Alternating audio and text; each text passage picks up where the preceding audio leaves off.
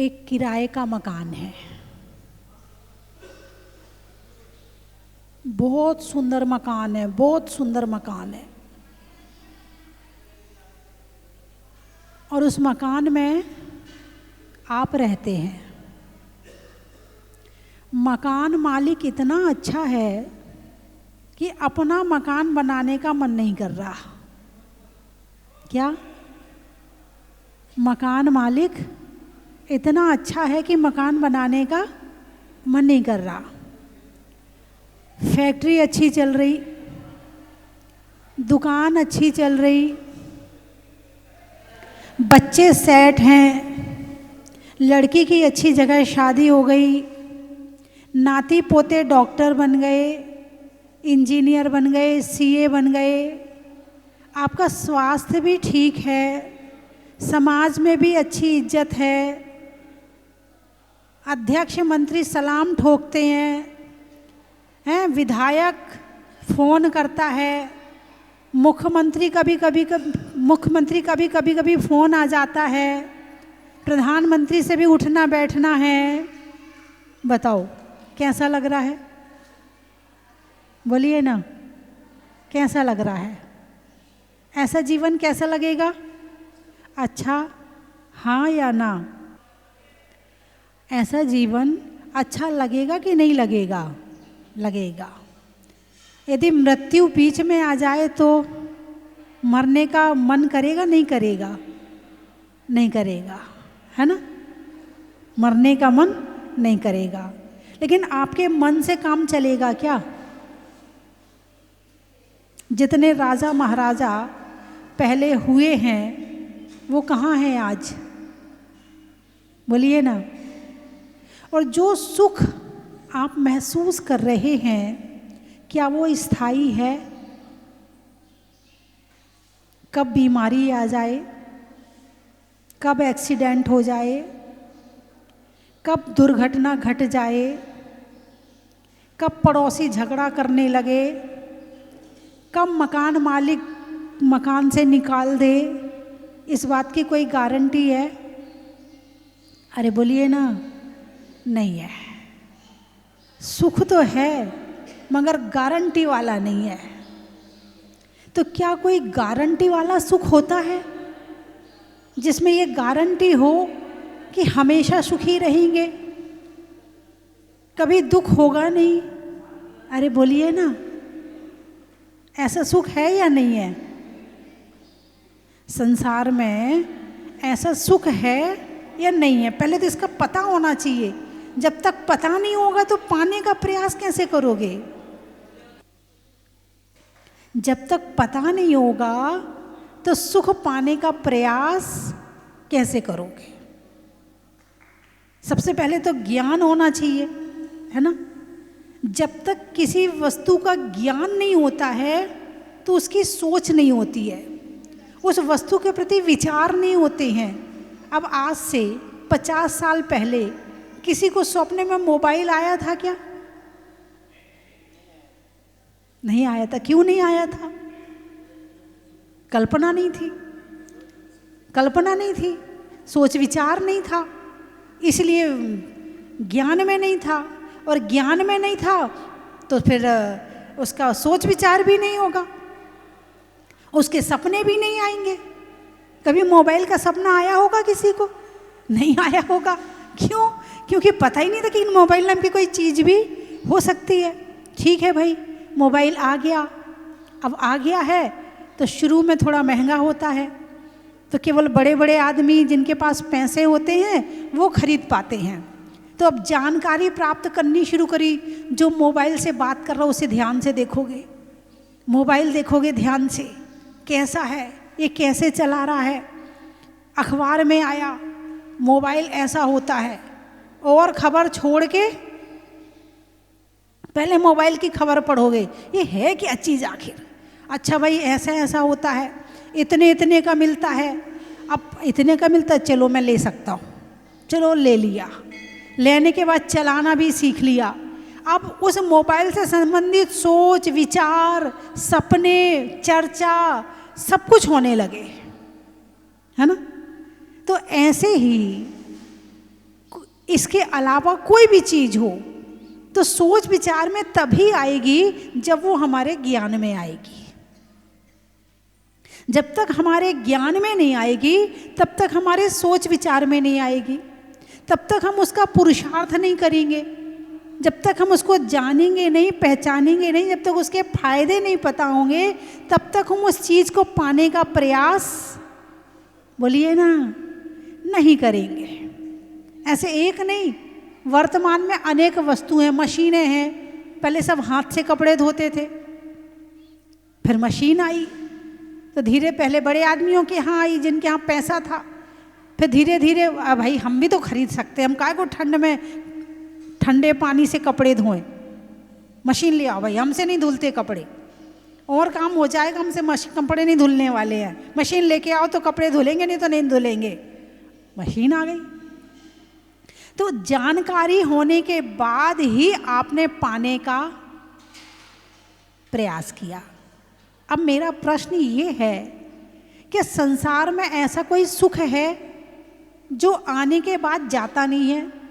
वर्तमान में अभी आपके पास जो सुख है वो आता तो है, लेकिन कितने समय रहेगा इस बात की कोई गारंटी नहीं होती है।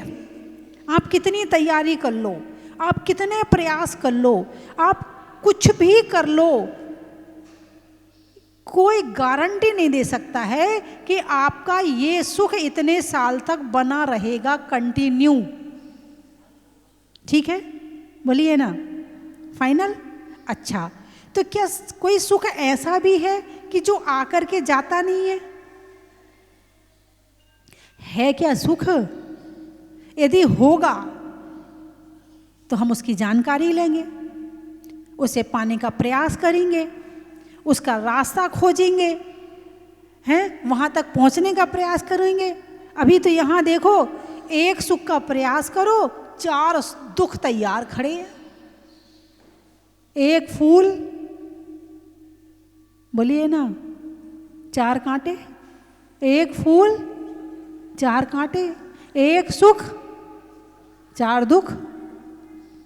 एक नहीं, तुम्हारे पास जितने सुख है ना, सबकी लिस्ट बनाओ, और लिस्ट बनाकर फिर उन सुख में देखो कि इस सुख के बाद मुझे दुख कितना मिला इसके पीछे। सोना हो, चांदी हो, कपड़े हो, फैशन हो, लिपस्टिक हो, ये हो, वो हो, तुम दुनिया भर के सुख इकट्ठे कर लो, उसके बाद उसके साइड इफेक्ट क्या, ये पता है ना आपको कि डॉक्टर जब दवाई देता है तो उसके साथ में एक गैस की दवाई और देता है, एक दर्द की दवाई या कोई और दवाई और देता है। क्यों देता है? क्यों देता है? क्योंकि ये जो दवाई खाओगे ना, इस दवाई से 2 दुख पहले तैयार खड़े हैं, तो इस दवाई के साथ उस दुख की दवाई और ले लो। एक सुख की दवाई के साथ 2 दुख हैं, तो फिर 2 दुख दूर करने के लिए 2 दवाई और लो, पर उनसे जो बीमारी होगी तो फिर और दवाई लो, फिर लगातार चलती रहेगी, चलती रहेगी, चलती रहेगी। ऐसे ये संसार के सुख हैं, एक सुख के साथ 4 साइड इफेक्ट तैयार है। ठीक है, फाइनल है। अरे बोलिए ना, हैं भाई, घर में संतान नहीं थी, बड़ा प्रयास किया, प्रभु बस एक दे दे, काली पीली नीली हरी नीली कैसी दे दे भगवान, बस एक दे दे। आ गई, अब आ गई, अब तो सुखी हो। अब ये सुख कितने दिन स्थायी रहेगा? अरे अब वो बीमार रहता है, अब टेंशन दिन में दिमाग में, अब वो बीमार रहता है। चलो भाई, बीमार नहीं रहता, ठीक है, थोड़ा सा बड़ा हुआ, पढ़ता नहीं है, वो स्कूल नहीं जाता है, उसका मन नहीं लगता है, उसका ये नहीं होता। यानी एक सुख के साथ में 4 दुख फ्री हैं। चाहे तुम किसी तरह का, लोग शादी करते हैं किस लिए करते? सुख के लिए कि दुख के लिए? बोलिए ना, है सुख के लिए। अच्छा, अब ये बताओ कि पूर्ण सुखी कौन कौन है शादी करने के बाद? हैं, एक सुख के साथ 4 तो परमानेंट हैं, 4 के बाद ज्यादा हो जाए तो कह नहीं सकते हैं। है ना। किसी को सहेली बनाई आपने, मित्र बनाया आपने। अब मित्र बनाया तो अब तुमने जो अपने मन की बात उससे कही, उसने किसी और से कह दी, लो टेंशन। मित्र किस लिए बनाया था? सुख के लिए। क्या हुआ? दुख हो गया। अब तुम्हें कोई काम पड़ा, मना कर दिया उसने, लो बनाया किस लिए था? समय पे काम आएगा, मना कर दिया, हो गया दुख। तो क्या संसार में ऐसा कोई सुख है जो आने के बाद जाता नहीं है? हाँ या ना? अब आप सोच में पड़ गए। ऐसा सुख, हमारे बाबूजी भी कह रहे हैं ऐसा सुख, बोलिए ना, बोलिए। आपको मालूम है तो बताइए, नहीं मालूम है तो नहीं बोलिए। हाँ, ईमानदारी से। गर्दन को ये मत रखो कि जो बाद में तो माता जी बता ही देंगी, गर्दन काय को हिलाओ। यदि आपको पता है तो हाँ बोलिए, नहीं पता है तो नहीं बोलिए। और यह नहीं है तो नहीं है, नहीं है तो नहीं है। तो ऐसा सुख संसार में नहीं है, बोलिए नहीं है। अच्छा ये बताओ, आप कहाँ रहते हो? संसार में। कहाँ रहते हो? संसार में। अरिहंत भगवान कहाँ रहते हैं? बोलिए ना, संसार में। आचार्य उपाध्याय साधु कहाँ रहते हैं? संसार में। सिद्ध परमेष्ठी कहाँ रहते हैं? 3 लोग के ऊपर रहते हैं वो, है ना।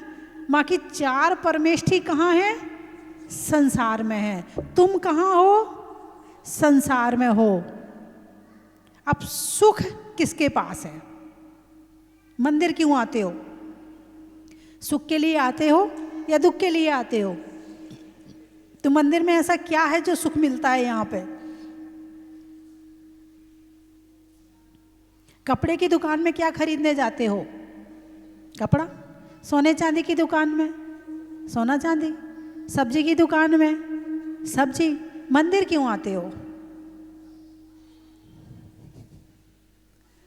बोलिए ना, क्यों आते हो मंदिर? यही नहीं पता मंदिर क्यों आते हो। सारे मुंह बंद करके बैठे हैं, पूरी जिंदगी से मंदिर आ रहे हैं और यही नहीं पता मंदिर क्यों आ रहे हैं। बताओ। बस हमारे दादाजी जाते थे इसलिए हम भी जाते हैं, हमारे घर वाले जाते थे इसलिए हम भी जाते हैं, हमारे परिवार में हम जैनी है ना, तो हमारे यहाँ रोज मंदिर जाया जाता है, तो इसलिए हम मंदिर जा रहे हैं। इसलिए जा रहे हो क्या मंदिर? तो यहाँ क्या है ऐसा जो सुख मिलता है?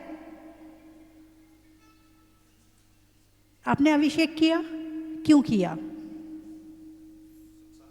सुख शांति। तो भगवान के अभिषेक करने से कोई सुख शांति मिलती है क्या? क्यों मिलती है? क्यों मिलती? भगवान के पास ऐसा क्या है जो सुख शांति मिलती है? बताया तो था, कपड़े की दुकान में कपड़ा, ज्वेलरी की दुकान में ज्वेलरी, और अनंत सुखी भगवान के दरबार में सुख। ये अनंत सुखी है।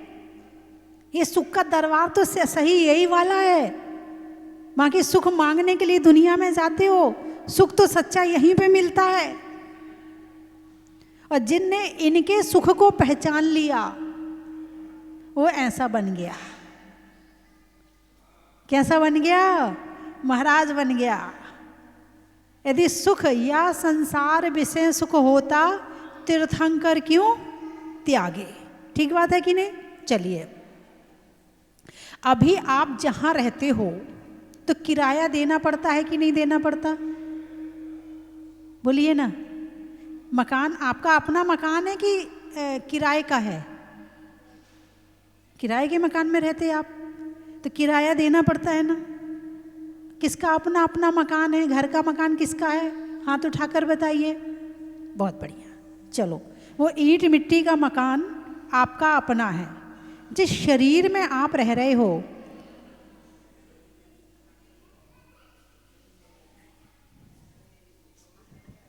हैं, वो किराए का है या अपना है? अपने का मतलब खाली ना करना पड़े, ध्यान रखना। किराए का मतलब खाली करना पड़ेगा, और अपना मतलब खाली नहीं करना पड़ेगा। तो आप जिस शरीर में रह रहे हो वो किराए का है या आपका अपना है? किराए का है। तो इसमें किराया लगता है नहीं लगता है? लगता है। क्या किराया लगता है इसमें?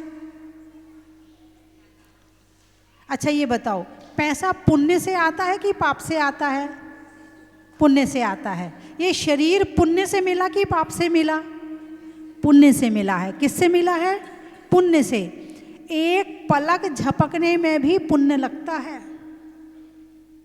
तुम्हारे सिर पे यदि बाल हैं तो वो भी पुण्य के उदय में है।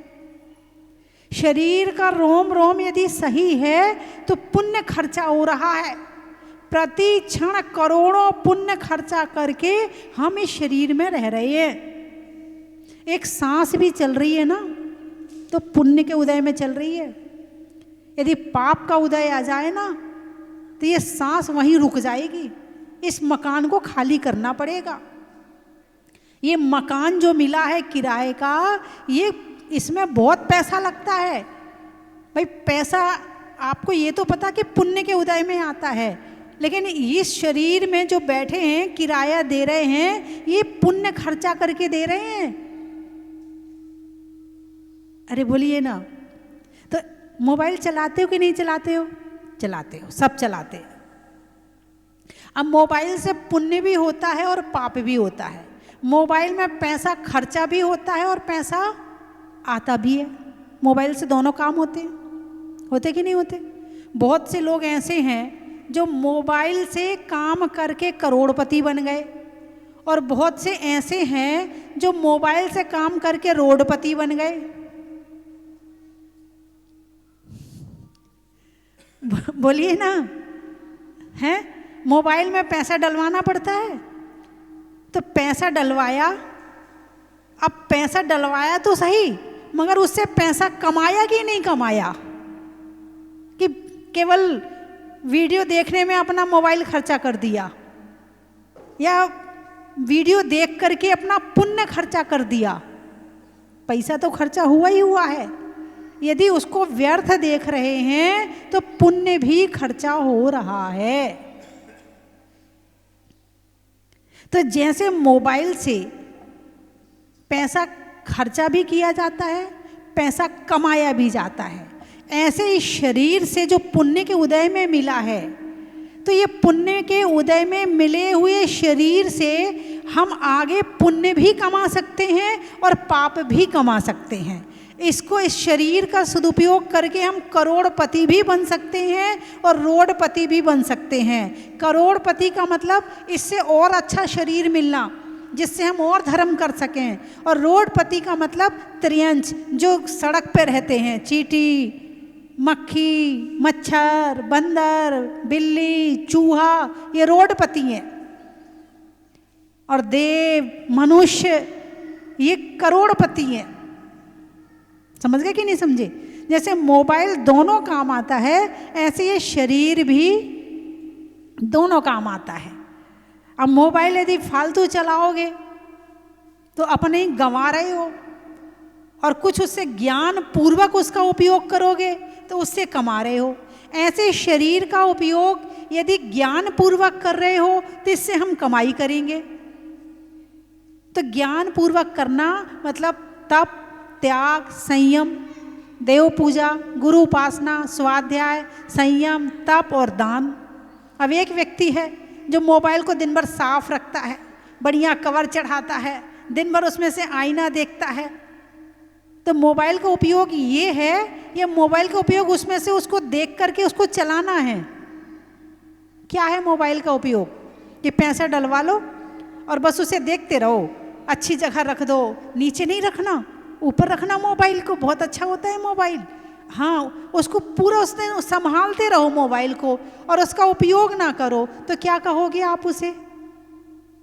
उस व्यक्ति को क्या कहोगे? पागल है ना? और ये तो उपयोग करने को मिला। भाई कवर क्यों चढ़ाते हो? ताकि कभी गिर जाए तो उसको चोट ना लगे, कभी कभी वो गंदा ना हो, इसलिए ना। ऐसे ही शरीर पे ये हम कपड़ा रूपी कवर चढ़ाते हैं। क्यों चढ़ाते हैं? सुरक्षा के लिए, गर्मी से बचने के लिए, ताकि हम बीमार ना हों, इसलिए ये कवर चढ़ाया। ये भी कवर ही है, हैं?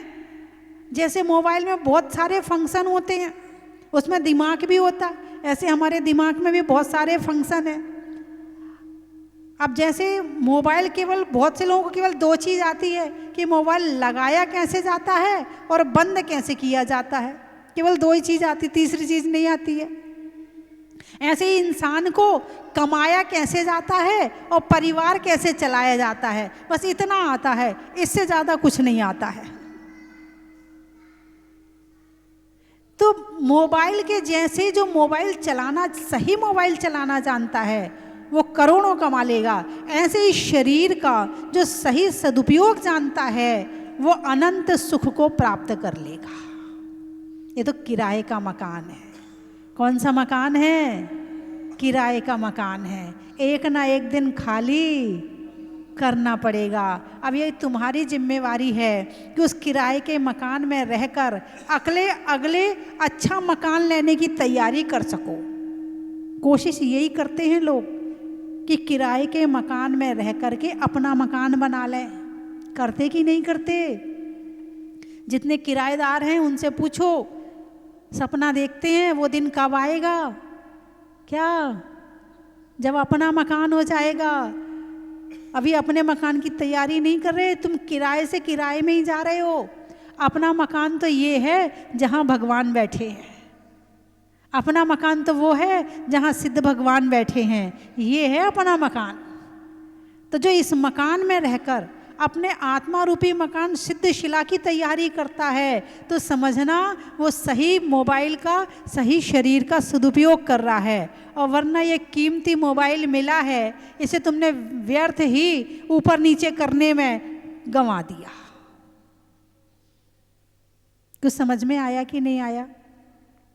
निज माही लोक अलोक गुण पर्याय प्रतिबिंबित है, रही हैं अनंतानंत काल यथा तथा शिव परिणय। किराए का मकान टाइम पीरियड है, 60 साल 70 साल 80 साल जी गए, बहुत बड़ी बात है। बीच में कब चले जाओ इसका कोई पता नहीं है। ठीक है, हैं? अब ये किराए का मकान है, अब इस मकान में रह के अगले मकान की तैयारी तो करनी पड़ेगी। यदि मकान मालिक ने निकाल दिया तो फिर निकल के फिर रोड में आना पड़ेगा, फिर त्रियंच बनना पड़ेगा, पड़े रहो रोड में। रहने को जगह तो मिल गई, मगर वो जो सुख मिलने चाहिए थे वो नहीं मिले। तो इस मकान में रहकर अगले मकान की तैयारी तो करो सिद्धालय की। और जो सिद्धालय की तैयारी करता है उसको शरीर के मकान भी बढ़िया वाले मिलने लगते हैं। और जो सिद्धालय की तैयारी ना करके केवल इसी मकान में ही लगा रहता है, शरीर रूपी मकान को सजाता है, संवारता, इसी में ही लगा रहता है, तो फिर वो तो वही हो गया, मोबाइल को सजाते रहे, संवारते रहे, देखते रहे, इसी को देखते रहे, आईना देखते रहे, अपनी ये श्रृंगार करते रहे, दिखाते रहे, शादी में गए ये खरीद लो वो खरीद लो, इसी में ज़िंदगी ख़त्म कर दी। तो इस शरीर को पाना बेकार हो गया, पैसा पूरा पुण्य यहीं खर्चा कर दिया और यहाँ खर्चा करके फिर रोड पे आ गए।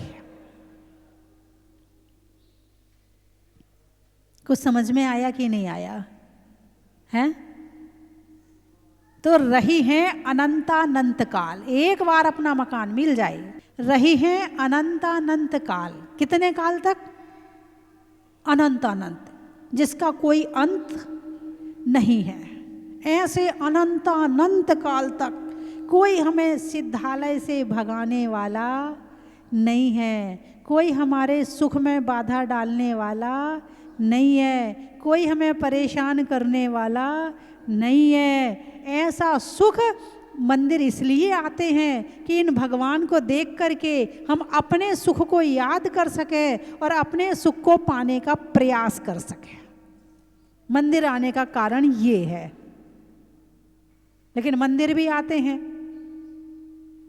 तो भगवान बस ध्यान रखना, हम तो रोज़ पूजा करते हैं, हमारी तो दुकान ही नहीं चल रही, हम तो रोज़ माला फेरते, हमारे साथ तो ऐसा हुआ ही नहीं।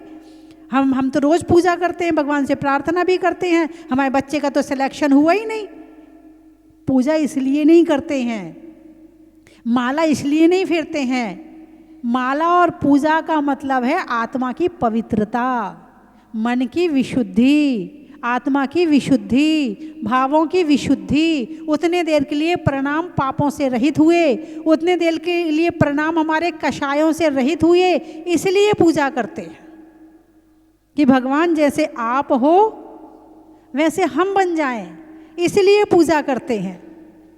लेकिन नहीं, यहाँ तो पता ही नहीं है, जिए जा रहे जिए जा रहे जिए जा रहे, पता ही नहीं क्यों जिए जा रहे।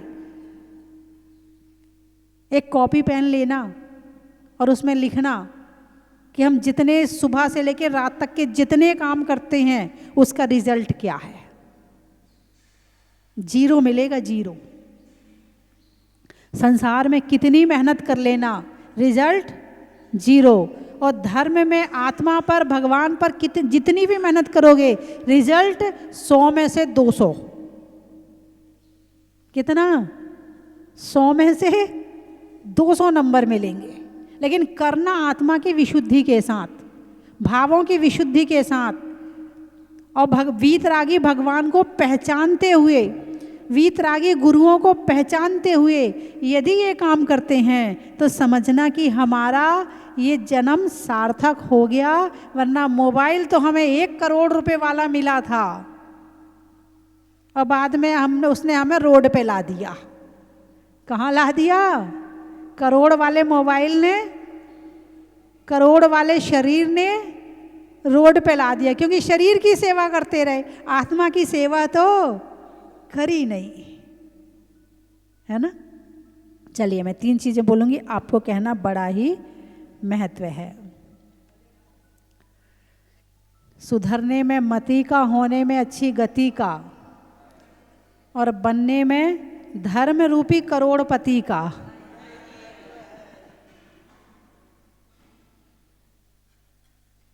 मिलने में संयोग का, दुखों के वियोग का, और मोबाइल, शरीर रूपी मोबाइल के उपयोग का। अनाज में दाने का, इनाम में पाने का, और फिर इस किराए के मकान से सिद्धालय रूपी अपने मकान में जाने का। अनाज में चने का, पेड़ में तने का, और धर्म को अच्छी तरह से समझने का। पक्ष में सुधी का, मंदिर में वेदी का, और आने वालों में बूंदी का। सावन की घटा का, रसोई में पटा का, और आने वालों में कोटा का। बड़ा ही महत्व है। बटन में काज का, संगीत में साज का, और आने में स्वस्ति धाम में आने में मुनिराज का। बड़ा ही महत्व है। गर्मी में शिकंजी का, पैसों में पंजी का, और आने में आज यहाँ पर माता जी का।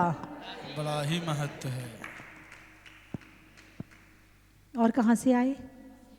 सिवनी से आए हो? अच्छा अच्छा, हाँ। रिश्तों में नानी का, पीने में पानी का, और आने वालों में सिवनी का। बड़ा ही महत्व है। किल्लू सेठ के परिवार से ही ना? हाँ, पांडिचेरी से। फलों में बेरी का, नहीं होने में देरी का, और आने वालों में पांडिचेरी का। और कहाँ से आए? अच्छा, मकान में विंग का, बिल्डिंग में विंग का, अंगुली में रिंग का, और आने वालों में टोड़ा राय सिंह का। बोलिए 24 भगवान की जय। कंचन की थाल को सजाओ रे आज, रत्नों की थाल को भर लाओ रे आज। आओ आओ करे रे गुणगान आरती भगवन की। आओ आओ करे गुणगान आरती भगवन की। आओ आओ करे रे गुणगान आरती भगवन की।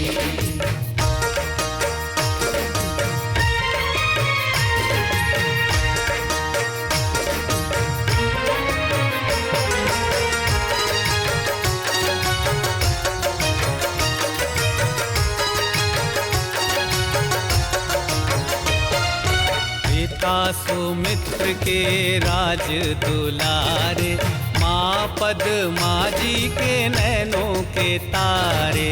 पिता सुमित्र के राज दुलारे, माँ पद्मा जी के नैनों के तारे।